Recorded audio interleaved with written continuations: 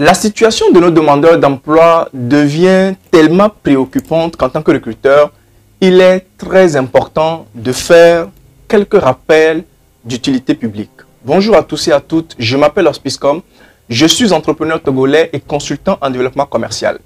Je suis également le fondateur de l'école pratique des commerciaux, une machine de formation très orientée, pratique, développement de l'étudiant, croissance entrepreneuriale, professionnelle et personnelle qui fait du mentorat dans la formation des étudiants. Nous recrutons très régulièrement pour les entreprises des opérationnels de terrain, donc des commerciaux, et d'autres postes également. Et j'ai l'habitude de communiquer sur un certain nombre de situations liées au processus de candidature de nos étudiants ou des demandeurs d'emploi. Une énième observation m'amène à faire cette vidéo. Il arrive que vous appeliez un candidat sur l'objet d'un poste, sur sa candidature à un poste. Vous lui présentez le contexte. Je vous appelle au nom de telle structure dans le cadre de tel projet où vous avez eu à poser votre candidature au poste de commercial pour la distribution d'un tel ou d'un tel produit. Est-ce qu'il s'en souvient? Il dit oui, merci monsieur pour l'appel, etc., etc. Quand vient la question de est-ce que le candidat peut résumer l'offre d'emploi à laquelle il a postulé ou s'il peut en dire de manière sommaire le contenu, c'est là que vous vous rendez compte que le problème il est grave. L'étudiant ou le candidat ou le postulant vous répondra qu'il a fait tellement d'offres d'emploi, qu'il a fait tellement de candidatures qu'il ne se souvient plus exactement de l'offre dont vous parlez. Vous vous imaginez? Je me pose la question, à qui la faute? Est-ce que la faute est aux institutions donc, de l'éducation nationale, donc éducation et formation nationale? Est-ce que la faute viendrait des parents? Est-ce que la faute viendrait des étudiants eux-mêmes? Ou la faute est à situer au niveau des centres de formation d'où sortent ces étudiants-là? À qui la faute réellement? L'État? Les étudiants? Les parents, donc la famille ou l'institut de formation? C'est tellement grave. Vous appelez un premier étudiant. Cas concret. L'étudiant dit, oui, je me rappelle avoir postulé hier. Mais hier, j'ai soumis ma candidature à une trentaine d'offres d'emploi. À tel point que je ne sais plus de quoi il s'agit, le fait que vous m'appeliez. Vous vous imaginez? Vous appelez un deuxième candidat qui vous dit, ah monsieur, cette semaine, j'ai postulé à une quinzaine d'offres d'emploi et donc je vous prierai de me présenter votre projet à vous. Vous imaginez?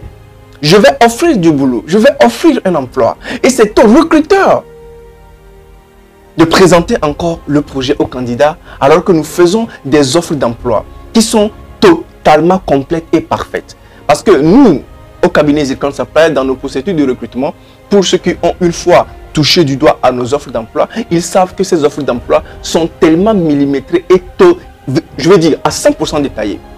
Vous aurez un petit résumé de l'entreprise et dans la plupart des cas, malgré qu'on précise le nom de l'entreprise pour laquelle nous recrutons, parce que oui, l'offre d'emploi est produite par Zircon Supply, mais vous allez vous rendre compte que dans le libellé ou dans la description, au début, en introduction, nous présentons l'entreprise, son objet, son domaine d'activité, l'entreprise pour laquelle nous recrutons. Et nous le signifions. Mais là encore, les candidats vous diront qu'ils ont fait des recherches sur l'entreprise Zircon Supply. Vous vous demandez, mais est-ce que vous avez bien lu l'offre d'emploi? Première chose. Deuxième niveau, nous allons préciser le genre et nous allons préciser les missions. Dans les missions, qu'est-ce que concrètement vous allez faire? Quel sera votre cahier de charge?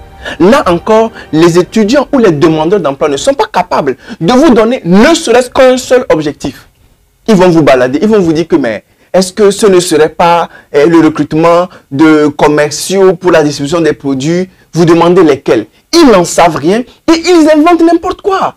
Et vous vous demandez, mais est-ce qu'on peut aussi être sérieux comme ça? On peut aussi chercher de l'emploi avec autant de désinvolture, d'incontinence, autant d'inconcentration. À tel point que je me demande, à qui la faute? L'État, les parents, les étudiants ou les centres de formation? Passez l'émission, vous tombez sur les exigences du poste. Donc, un peu le profil. Qui est-ce qu'on veut pour ce poste-là après l'émission? Qui peut le faire? Donc le niveau d'études, les compétences techniques basiques, les compétences fondamentales, les compétences secondaires ou accessoires, et puis quelques dispositions pratiques, voilà, qu'on voudrait bien que le candidat puisse avoir. Passé cela, on va parler maintenant des conditions de travail. Donc la personne sera payée combien, quels seront les horaires de travail et un certain nombre de détails par rapport au contrat. Si ça va être un essai suivi d'un CDD ou d'un CDI. Toutes les informations se donnent.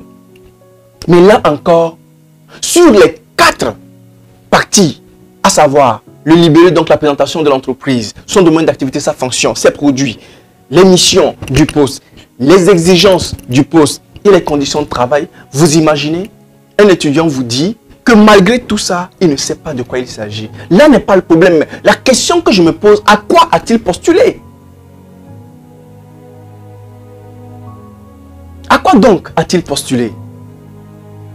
C'est tellement grave quand aujourd'hui on vient de sortir de Covid et tout le monde se plaint que la situation est difficile, qu'il n'y a pas d'opportunité d'emploi, toutes les entreprises sont en compression de personnel, les gens essayent à peine de redynamiser les activités, le manque de financement fait qu'on est vraiment sur le minimum en termes de recrutement. Malgré ça, des entreprises recrutent. Avec le nombre de candidats qui sont sur le banc d'attente, des étudiants postulent sans savoir à quelle entreprise, sur quelle offre ils ont postulé. Un étudiant qui postule à une offre d'emploi n'est pas capable de faire le résumé de l'offre d'emploi. Qu'est-ce qui se passe, chers jeunes? Qu'est-ce qui se passe? On est tous jeunes, chers demandeurs d'emploi. Qu'est-ce qui se passe? Pourquoi autant d'inconcentration, autant d'incontinence? Pourquoi vous pouvez montrer autant de laxisme? Dites-nous réellement, à qui est la faute? Est-ce que les écoles d'où vous sortez ne vous enseignent pas les process de candidature? Dans une récente vidéo, nous avions parlé du processus de candidature avec les CV. Là encore, c'est un autre problème. Parce que les étudiants ne savent pas qu'il y a un protocole pour écrire un CV. Et là, c'est très compliqué. Votre CV a été peut-être retenu. Et là, je fais fi. Je fais fi enfin, je veux dire, des candidatures extraordinaires que vous voyez. Des mails qu'on vous envoie sans titre. Et pourtant, les offres d'emploi précises. Comme je vous dis, vous tombez sur les offres d'emploi du cabinet Zicon Supply. Vous verrez que ces offres d'emploi-là, elles précisent même le titre qu'il faut mettre en mail. Et elles précisent également qu'il faut personnaliser son CV. Autant de rappels. Et quand un candidat postule, en faisant fi de tout ça, on se demande si tout va bien. Le pire, il vous dira qu'il a postulé à 30 entreprises, à 15 entreprises, et il ne sait de quelle entreprise vous parlez. Vous vous imaginez? Vous allez demander de l'emploi. Vous ne savez rien de l'offre d'emploi et pourtant vous l'avez reçue. À quoi ça sert de postuler à une quinzaine, une trentaine d'entreprises si vous ne pouvez même pas retenir le contenu de l'offre d'emploi d'une seule? Mais autant laisser tout ça, vous concentrer sur une seule demande d'emploi et puis après, paf, vous savez que vous la maîtrisez. Et vous misez enfin, vos chances sur la compréhension de cette offre d'emploi. Et quand vous avez fini, vous passez à une autre. Cela vous a dit que l'étudiant ou le candidat qui en une journée postule ne serait-ce même qu'à 10 offres d'emploi, il est toujours où? Cela vous a dit qu'il postule à tout. Vous allez voir un profil comptable qui postule. Assistant de direction, il va postuler. Agent de sécurité, il va postuler. Peut-être même maçon, il va postuler. Commercial, il va postuler. Logisticien, il va postuler. Il va postuler à tout. Mais qu'est-ce qui se passe? Ça manque de personnalité. Ça manque de confiance en soi. Ça manque de méthodologie. C'est grave cette situation. Parce qu'en réalité, il y a tellement à dire sur les process de recherche d'emploi. Le CV au moyen duquel il faut postuler, les compétences qu'il faut redorer, ajuster avant de pouvoir aller, les expériences et le contenu technique qu'il faut également acquérir et surtout l'observation de l'entreprise vers laquelle vous devez aller. Autant d'éléments et il faut se préparer pour faire un bon speech, pour se défendre, pour montrer qu'on a une ambition. Naturellement, si vous n'avez pas de plan, si vous n'avez pas d'objectif et que vous êtes en fait comme une personne dans la vie qui se laisse aller à tout vent, pourquoi vous voulez savoir à quelle offre d'emploi il faut postuler et pourquoi pas à une autre? Durant les entretiens, vous êtes littéralement surpris. Vous voyez un profil comptable qui postule à une offre d'emploi de commercial sans expérience. Vous voulez bien recevoir cette personne-là, vous vous dites que dans le domaine commercial, il y a tellement de surprises parce que d'après les statistiques, les plus bons commerciaux ne sont pas ceux qui ont forcément fait une école de commerce. Non, les plus bons ne sont pas ceux qui ont fait une école de commerce. En général, les plus bons sont ceux qui se sont essayés. Et vous allez vous rendre compte que voilà, beaucoup sont sortis d'école de commerce, mais soit ils vont aller faire autre chose. Et puis c'est d'autres personnes d'autres formations qui viennent faire le commercial. Et puis vice versa, vous savez, la vie c'est assez compliqué pour les gens. Et vous savez également que beaucoup ne choisissent pas les formations par passion. Ils les choisissent parce que bon, soit on leur a dit que ce serait bon, soit ils n'ont pas trouvé grand choix. On sait ce qui se passe voilà, dans les universités publiques. Au moins dans les universités privées, on se dirait que bon, ok, là c'est cher. Et puis bon, les gens ils y vont en connaissance de cause. Mais sous le conseil de qui et de quelle manière? Donc aujourd'hui, cette situation, elle est assez grave. Mon conseil, pour conclure, c'est de dire aux demandeurs d'emploi de faire vraiment attention parce que chaque pas que vous faites en dit long sur vous. Chaque pas que vous faites en dit long sur vous.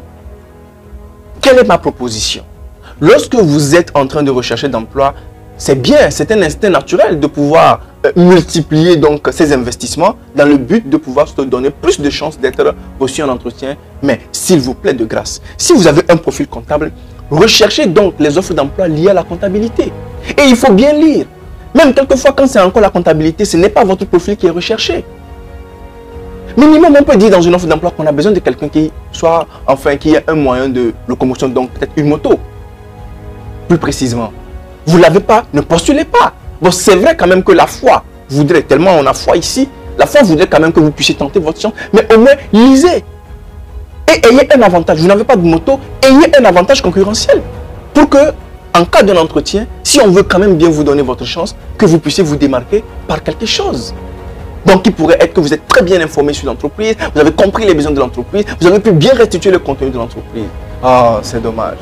Vous recrutez un commercial, en entretien, il n'est pas capable de vous dire quel produit il va vendre. Vous vous demandez, mais qu'est-ce qui se passe là? Donc, lorsque vous postulez à une offre d'emploi, prenez le soin de chercher un agenda. Prenez un agenda ou un bloc-notes et notez le nom de l'entreprise, la date à laquelle vous avez vu, le délai de candidature, les conditions, les missions, le profil, les exigences du poste et surtout le domaine d'activité de l'entreprise. Parce que pendant l'entretien, c'est surtout sur ça qu'on va vous mitrailler. Le domaine de l'entreprise, les missions qui ont été demandées, quelle valeur vous allez pouvoir apporter. Vous venez chez moi, vous ne savez même pas quelle entreprise je suis. Ou vous vous trompez même d'entreprise, vous allez chercher des informations sur l'entreprise qui recrute et non sur l'entreprise. C'est que vous n'avez pas été concentré, vous n'avez pas lu. Donc, prenez un agenda et chaque jour que vous postulez, bien sûr, il faut très bien choisir les offres d'emploi auxquelles vous devez postuler. Donc, les offres d'emploi les plus pertinentes selon votre domaine d'études et surtout par rapport à votre vision, à votre ambition. Il faut de constater que beaucoup de demandeurs d'emploi également n'ont pas ce que nous appelons un projet professionnel. Un projet professionnel, c'est quand même dommage. Et un projet professionnel se prévoit, se planifie en début d'année, dès la première année. C'est en cela que vous savez que vous allez sortir, devenir un collaborateur, un salarié au sein d'une entreprise, ou que vous allez pouvoir être un entrepreneur, donc monter votre propre business. Et dans les deux cas, ce n'est pas les mêmes dispositions, ce n'est pas les mêmes dispositifs. Vous pouvez finir une licence et démarrer une aventure d'entrepreneur. Oui, vous savez pourquoi vous avez fait cette étude-là. Vous pouvez finir également votre licence et commencer par travailler au sein d'une entreprise. Donc, rechercher des opportunités d'emploi. Oui, ce n'est pas aussi contradictoire. Donc, selon les objectifs professionnels, vous avez une démarche et une méthodologie à suivre. Donc, il convient qu'en début de première année, que tous les étudiants puissent s'établir un projet professionnel. Encore faut-il savoir si les écoles le font, si les parents ou la famille a les compétences pour vous orienter dans ces domaines-là, ou si il y a un environnement de formation ou d'éducation au niveau national qui permet également de pouvoir jeter les bases de ce processus-là du projet professionnel de l'étudiant. Comme je dis, vous devez avoir un objectif. Et c'est cet objectif-là qui vous permet de savoir quelle offre d'emploi. La recherche d'emploi est un métier. Il faut se faire former, il faut se faire accompagner, il faut se faire conseiller. Et les écoles de grâce, les centres de formation doivent absolument, et je le dis avec un gros point d'honneur, doivent absolument enseigner de manière technique, stratégique, systématiquement les techniques de recherche d'emploi aux étudiants. 1. Comment rédiger un CV professionnel quel est le contenu, le fond et la forme. Il faut prendre des consultants, chers centres de formation, chers directeurs d'école. Prenez des consultants. Quelquefois, les enseignants même ne savent pas le faire. Je le dis, parce que je le dis en connaissance de cause. Je suis un professionnel et je travaille sur ces projets-là. Nous travaillons sur les CV de consultants, de professeurs, etc. Beaucoup nous font confiance pour cela. Donc, ça veut dire qu'il y en a qui ne savent pas le faire. Entre avoir des informations, des connaissances et être maître de l'art dans une discipline, c'est deux choses. Donc, je pense que les fondateurs d'école, les directeurs d'études peuvent en faire un programme vraiment spécial pour enseigner aux étudiants comment rédiger un CV professionnel. Quel est le contenu? Deuxième niveau, comment brander un CV, le branding d'un CV. Aujourd'hui, il y a quand même beaucoup d'outils pour pouvoir designer un CV. Je vais citer Canva, je vais citer Photoshop, etc. Et c'est des choses qu'il faut confier à quelqu'un pour vous le faire. Ça veut dire que quand vous avez fini d'écrire votre CV texte, donc, et aujourd'hui, la propension est à des beaux CV, des CV très très jolis. Et quand on voit un étudiant qui s'amène à faire un CV totalement texte, c'est bien, s'il le fait bien, bien partitionné, avec un contenu intéressant, bien aéré, avec tous les conjonction qu'il faut dedans, c'est parfait. Mais c'est pour dire que c'est peu ambitieux. C'est très peu ambitieux. Aujourd'hui, la propension est vraiment à faire des CV très beaux. Et vous avez plein de modèles. Tapez seulement modèle de CV sur Google. Et Google aussi, c'est une autre paire de manches. Il faut aller faire des recherches sur Google pour savoir un peu. Pour comprendre, aujourd'hui, la recherche d'emploi est une course à l'or. Et il faut savoir y aller. Donc, comme je dis, j'invite les fondateurs d'écoles, les directeurs d'études, les directeurs de programmes des centres de formation, autant privés que publics, d'insérer dans leur programme des modules avec des consultants de rédaction de CV. Et nous, le cabinet Zicom Supply, nous sommes là. Je suis un expert dans ce domaine-là. Nous avons fait plein et tant de formations. Nous avons des modules, nous avons des stratégies, nous avons des techniques pour cela, auxquels nous avons déjà pensé. Notre avantage, c'est que nous sommes des commerciaux. Avant toute chose, je suis un consultant en développement commercial. Donc, nos approches, elles sont vraiment pratiques, pragmatiques et très orientées objectifs et séduction, enfin, au jeu de charme. Comme je l'ai dit, deuxième niveau, il faut savoir brander. Donc, quels sont les outils qu'on doit enseigner à l'étudiant pour qu'il puisse savoir mettre vraiment un CV beau de part en part. S'il ne sait pas le faire, il peut, je vais dire, sous-traiter cela ou confier cela à quelqu'un qui le sait. Et puis, c'est dommage que vous finissiez une licence et que vous allez vous faire écrire votre CV par, entre guillemets, la secrétaire du quartier, contre 300 francs. C'est abusé. Vous n'avez pas fait une licence, un BTS, un master pour ça.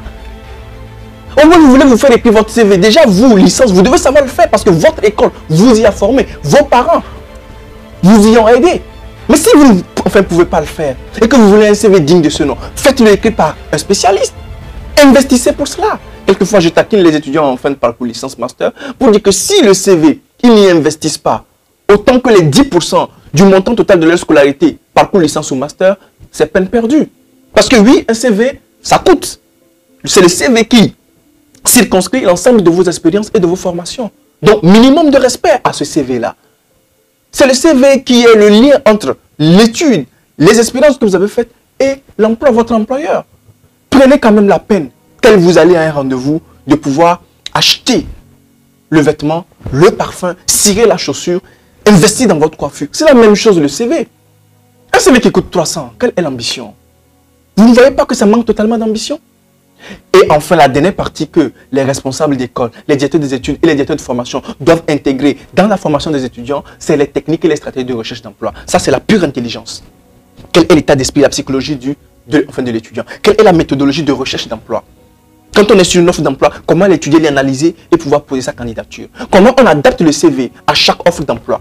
Comment on arrive à pouvoir, par rapport au projet professionnel qu'on s'est élaboré, rechercher les opportunités? Parce que oui, il est question de ça. Comme je dis, la démarche de recherche d'emploi est un processus qu'il faut faire avec beaucoup de stratégie et de technicité. Qui vous a dit que vous pouvez réussir le processus de recherche d'emploi sans effort? Regardez même les concours d'État. Même les concours d'État. Regardez toute l'exigence. Pourquoi vous pouvez faire les choses avec autant d'inconcentration, d'incontinence, autant de lassitude? Pourquoi? je pense qu'on est jeune et on a beaucoup de choses à vivre sur cette terre. Et rater la candidature à une offre d'emploi présage déjà d'un futur assez chaotique. Voilà. Comme on dit, que peut faire un homme qui ne sache pas mettre les lacets? C'est le minimum, puisqu'il faut mettre ses chaussures avant de sortir. Que peut faire réellement un homme dans une vie quand il ne sait même pas lasser la ceinture, ou il ne sait même pas comment monter une braquette, ou mettre un bouton? Vous voyez, il y a des b.a.-ba. Donc quand vous êtes un étudiant, un demandeur d'emploi, les b.a.-ba aussi du domaine professionnel ou de la recherche d'emploi, c'est également la maîtrise de la rédaction de CV. Donc, qu'est-ce qu'il faut mettre dedans? Fond. Donc, quelles sont vos compétences? Vous avez fait quelle étude? Il y a tant à dire. Mais aujourd'hui, je suis vraiment fâché. Fâché contre les demandeurs d'emploi. Mais comme je l'ai dit, cette vidéo, j'ai pris le temps de la faire pour que cela puisse servir d'enseignement d'utilité publique. J'en fais régulièrement. J'en ai encore fait une autre aujourd'hui. Et j'espère que cela pourra servir à quelqu'un. Et je rappelle au passage que notre mécanisme ou notre machine de formation dans l'école pratique des commerciaux reçoit 5 étudiants pour cette année 2022. Et donc, comme je vous l'ai dit, c'est une formation assez spéciale qui prend encore dans le terrain. Nous disons que c'est du terrain à la salle de classe parce que nous devons affranchir l'étudiant. C'est un peu comme vous voulez devenir, un peu comme l'artisanat, vous voulez devenir mécanicien ou couturier, bah, vous allez chez un couturier, vous faites la couture. D'accord? Et c'est après ça que vous pouvez intelligibiliser. Donc, vous travaillez sur des projets pratiques en entreprise, sur le terrain et sur des projets d'entreprise. Et vous êtes mentoré. Donc, à partir du 6e mois, vous avez un salaire étudiant. Et à la fin des 12 mois de formation, vous avez un profil commercial et entrepreneur. Et nous recevons les étudiants à partir du bac. Donc, vous avez beau faire enfin toute formation. Donc, vous pouvez sortir de la géographie, de l'anglais, du droit, de la comptabilité, qu'importe. Tant que vous justifiez au moins du bac, vous pouvez démarrer cette formation. On a un test d'entrée parce que être commercial et entrepreneur, c'est vraiment un énorme défi. Donc, on fait un test d'entrée pour quand même être sûr d'avoir des ressources rares. Parce que ce que je veux construire, c'est l'homme. C'est l'homme et non, voilà, les gens. C'est pourquoi à la fin, vous avez un emploi garanti. Et je vous rappelle, pour de la confidence, aucun de nos étudiants n'a fini ces 12 mois réellement. 6 mois maximum, ils sont tous partis travailler. Et c'est la garantie. 100% de succès. Et ensuite, pour ceux qui ont déjà fait une formation donc dans les filières commerciales, donc action commerciale, marketing ou même communication, on prend aussi, quand vous avez un bac, en fait, je vais dire, un minimum de diplômes, donc, soit le BTS, soit la licence ou le master. Alors, si vous ne voulez pas faire le cycle long de 12 mois, parce que ça va aussi avec le coût, vous pouvez donc postuler pour 3 mois de formation, donc qui va être considéré comme un stage pratique professionnel. C'est une formation, mais qui voilà, est nommé stage pratique professionnel donc, pour être dans la logique d'un étudiant qui est en fin de parcours donc d'une formation donc, liée au domaine commercial et qui recherche donc la pratique du terrain pour se consolider. Et comme je dis, que ce soit dans la formation de 12 mois ou dans la formation de 3 mois, vous avez un emploi garanti sur le processus parce que c'est comme ça. Et ce système-là, il est prouvé. Les étudiants, à la fin, ils écrivent un CV que nous corrigeons, que nous renforçons, etc. C'est du travail. Quand moi je vois, ne serait-ce que sur les CV de nos étudiants, l'effort qu'on fait, et quand ils postulent, ils sont bons. Ils sont bons, à moins que nos étudiants n'ont pas, enfin, que leur CV n'a pas été retenu. À moins que, si vous touchez à leur CV, c'est que vous les avez déjà recrutés parce qu'ils sont de loin les meilleurs. Et c'est comme ça. Et quand on voit mon nom ou le nom de mon école ou le nom du cabinet dans le CV d'un commercial, paf, il passe en priorité. Il passe en priorité. Les cas sont là. Ma dernière étudiante est partie il y a 1 semaine. L'autre est partie 3 semaines ou sinon pratiquement 1 mois. Donc fin décembre avant elle. Ils sont tous partis travailler. Et on les arrache comme de l'or. Donc aujourd'hui, c'est pour dire qu'il y a un effort à faire. Et si cet effort-là de développement personnel, professionnel et entrepreneurial, vous arrivez à le faire, vous allez pouvoir avoir la meilleure part du livre. Restez concentrés et comprenez que la démarche de recherche d'emploi est une démarche à faire avec beaucoup d'expertise et d'élégance. Auspicecom, consultant en développement commercial. À bientôt.